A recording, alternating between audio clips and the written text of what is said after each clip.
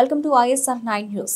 రాష్ట్రంలో ముఖ్యమంత్రి జగన్మోహన్ రెడ్డి బడుగు బలహీన వర్గాలకు అండగా ఉండి వారి అభ్యున్నతి చేస్తున్నారని ప్రభుత్వ సామినేని ఉదయ్ భాను పేర్కొన్నారు. జగ్గైపేట నియోజకవర్గం నందిగామ మండలం సోమవరం గ్రామానికి చెందిన పట్టా వీరభద్రరావు, ఉజికల పుల్లయ్య, చావల నారాయణ, గడ్డం సుశీల, పాలగిడి ప్రసన్న, నాగవరపు వెంకటరామమ్మ, చావల రత్నకుమారి, గుడిశాల వెంకటేశ్వరరావు, అద్దంకి శ్రేణులు ప్రతిపక్ష టీడీపీ వీడి ప్రభుత్వ వైపు శాసనసభ్యులు సామినేని ఉదయ్ భాను సమక్షంలో వైఎస్ఆర్ కాంగ్రెస్ పార్టీలోకి చేరడం జరిగింది.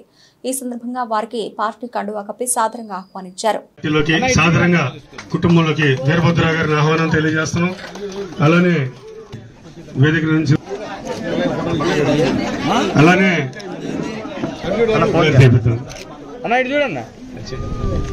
నారాయణ స్వాగతం సుస్వాగతం. అలానే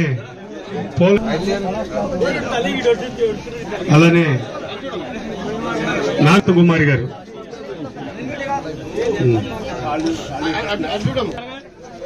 అదే నీ కోరిక.